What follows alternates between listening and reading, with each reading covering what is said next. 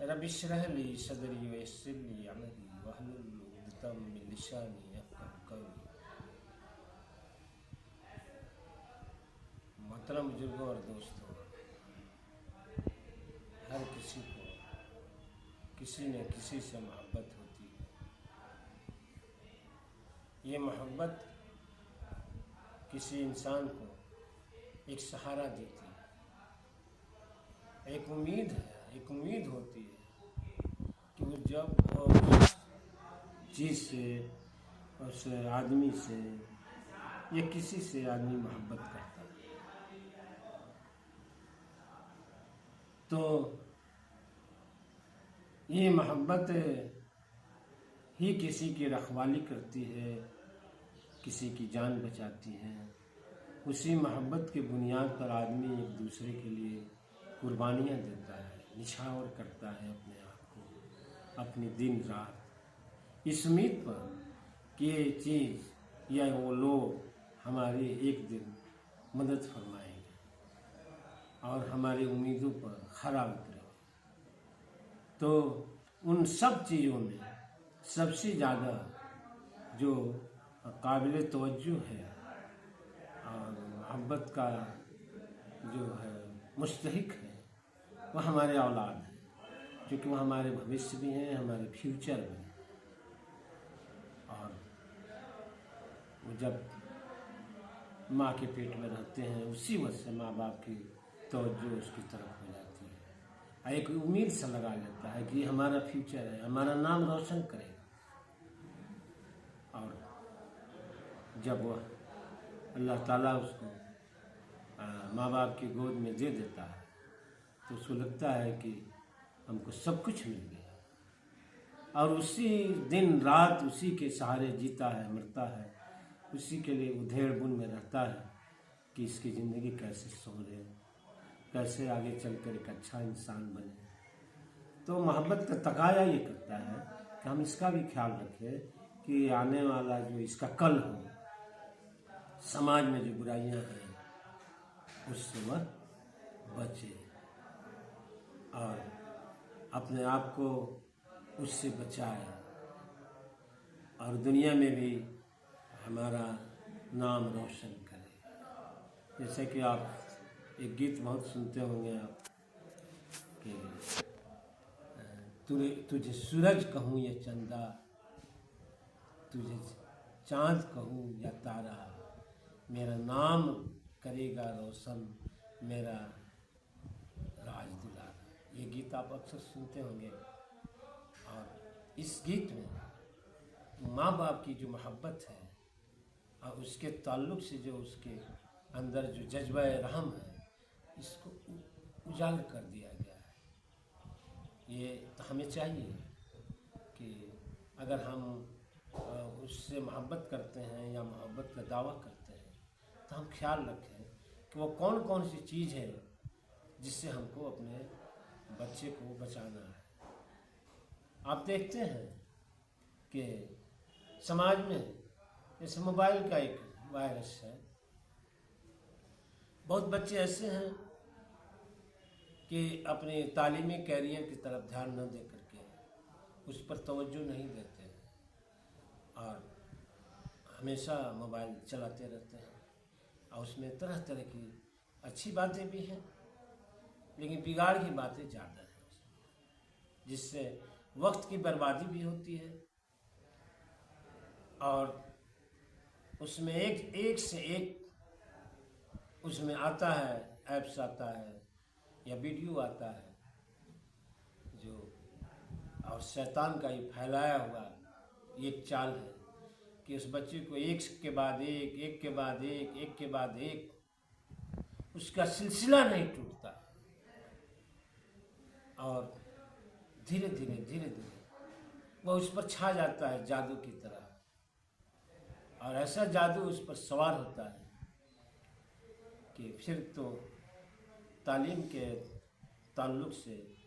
उसका दिल बिल्कुल बेजार हो जाता है। वो मेहनत नहीं करता है, वह स्टडी नहीं करेगा, वह इस उम्मीद पर रहता है कि देख लेंगे मोबाइल में। ये सोच करके वह मोबाइल की दुनिया में और फांसी की दुनिया में, बेहयाई की दुनिया में गोते लगाना शुरू कर देता है। शैतान ने इतना जाल फैला दिया है इंसान को बहकने के लिए, और वह ऐसा दुश्मन है जो हमारे पॉकेट में रहता है, हमारे कानों से लगा रहता है, और ऐसा जाल में फंसा लेता है। हमने तो देखा है कई बार, इमाम को भी, मस्जिद के इमाम को भी, बैठा हुआ है सफ में, लेकिन वो अपना मोबाइल चला रहा है। वो जा रहा है रास्ते में साइकिल पर या मोटरसाइकिल पर, और मोबाइल को कानों से लगाया हुआ है, और जबकि उसको दावत इस्लाह तबलीग के काम करना है। तो अब चूंकि वो इतना मोह हो गया है, मोबाइल का गुलाम हो गया है, कोई ये नहीं देखता है कि मैं कौन हूँ, मैं क्या हूँ, मुझे क्या करना है, मेरी क्या जिम्मेदारी है, मेरी क्या जवाबदेही है, आगे जो चैलेंजेज हैं उसका हम मुकाबला कैसे करेंगे, कौन कौन सी तैयारियां करेंगे। वह इससे बिल्कुल बेखबर होकर के वह ख्वाबों की दुनिया में, उसको लगता है कि तू जो मिल गई तो लगता है कि जहाँ मिल गया, वह उसी में मगन रहता है। तो हमारे गुफ्तगू का जो मौजू है वह ये है कि अपने आप को और अपने घर वालों को और अपने बच्चों को खास करके बचाओ। किनसे? दोजख के अज़ाब से, बुरे लोगों से, बुरे सोहबत से बचाओ। अब हम होता क्या है कि बाप अलग मोबाइल देख रहा है, दूसरी दुनिया में है, या दूसरे दोस्त अहबाब के साथ है, उसके ज़िंदगी के कोई लिमिट नहीं है कि क्या करना है क्या नहीं करना है, वो अपनी जिम्मेदारी से भागता है। और बेटा वो अपनी दुनिया में अपनी दोस्तों के साथ, बेटी अपनी दुनिया में, वो फैशन की जो दुनिया है, आगे एक दूसरे से बढ़ जाने की जो दुनिया है, कि क्या क्या आज के इस नफ्स की ख्वाहिश को पूरा करने के लिए क्या क्या किया जा सकता है, और उसमें सब ऐड दिया जाता है और उसी में वो मगन रहता है। तो यहाँ बताया जा रहा है कि माँ बाप को क्या करना चाहिए। कुरान ने खुद फरमाया है कि या अय्युहल्लज़ीना आमनू कू अनफुसकुम व अहलिकुम नारा, कि तुम ऐ लोगों जो ईमान लाए हो, या मोमिन हो, या अल्लाह की इबादत करने वाले हो, या इबादत का दावा करने वाले हो, हम अल्लाह की बंदगी करते हैं या करेंगे, तो उन्हें चाहिए कि अपने आप को भी और अपने घर वालों को भी, अपने बच्चों को भी दोजख की अज़ाब से बचाएं। अब यहाँ दोजख से क्या मुराद? जाहिर सी बात है कि हमारा जो दुश्मन, सबसे बड़ा दुश्मन शैतान है, उसकी ख्वाहिश तो यही है ना कि औलाद आदम को हम जन्नत से निकाल कर, जिस तरह हम निकाले गए हैं अपनी बुरे ख्यालात की वजह से, तकब्बुर की वजह से, अल्लाह को भूल करके, उसी तरह इस आदम की वजह से हम जो जन्नत से निकाले गए हैं और जहन्नम में डाल दिए गए हैं, उसी तरह उसके औलाद को भी हम जहन्नम में ले जाएंगे, तरह तरह की ख्वाहिशों की अंबार लगा करके। वहाँ जन्नत में जो आदम और हव्वा थे, तो उसने क्या बताया था? जिस फल को, जिस पेड़ के पास नहीं जाना था, ममनू करार दिया गया था कि वहाँ नहीं जाना है, तो शैतान ने क्या दिलासा दिलाया, क्या उम्मीद दिलाया, और किस तरह भड़काया कि इससे मना किया गया है, अगर आप और इसको खा लें तो हमेशा हमेश की ज़िंदगी आपकी रहेगी और हमेशा जन्नत में रहेगी। जाहिर सी बात है कि हम लोग या हमारे बच्चे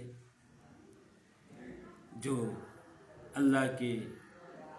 हुक्म है, अल्लाह की हिदायत है, अल्लाह की जो रहनुमाई है, वो बज़ाहिर तो देखने में अच्छा नहीं लगता है, लेकिन उस अच्छाई, हमारी ज़िंदगी उसी में,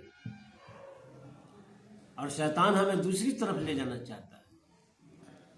उसका एक जरिया मोबाइल भी है और दोस्त अहबाब भी। माँ बाप को क्या चाहिए कि हमारा बेटा किसके साथ जा रहा है, उसके दोस्त कौन से लोग हैं। अगर इसका हम ख्याल नहीं रखेंगे, और दूसरी बात ये भी है कि हम अपने बच्चों से प्यार नहीं करेंगे तो प्यार दूसरी जगह तलाशेंगे।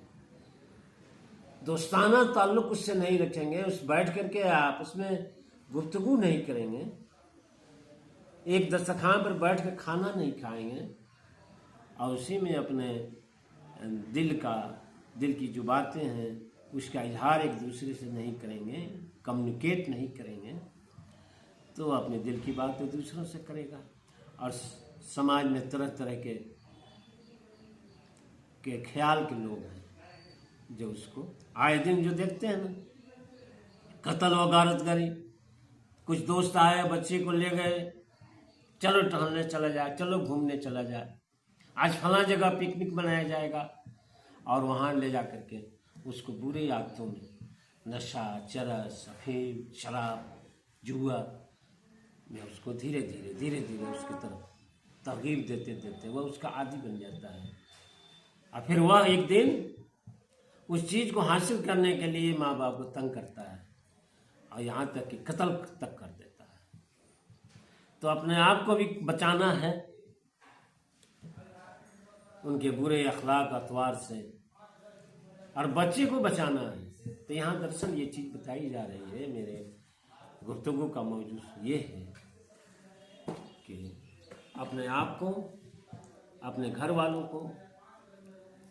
अपने बच्चों को खास करके अगर हम बचा ले गए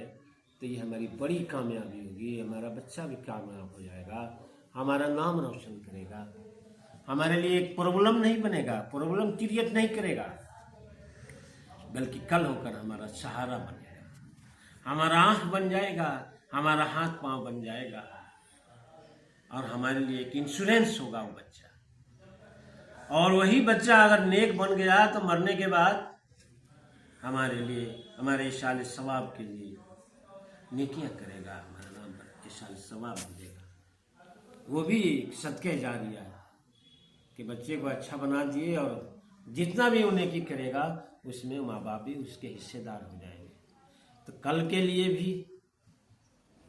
और आज के लिए भी, दुनिया में भी और आखिरत में भी, अगर हम चाहते हैं कि खुशहाल ज़िंदगी गुजारें, इत्मीनान से ज़िंदगी गुजारें, तो हमें चाहिए कि बच्चों की तरफ से बेतवज्जो नहीं हो, उसके तरफ से गफलत हमारे अंदर नहीं हो, और हम उस पर मसलसल निगरानी करते रहें। बच्चा मोबाइल में क्या देख रहा है, किन लोगों के साथ जा रहा है, कैसी उसकी दोस्ती है, इस सब का ख्याल रखना पड़ता है।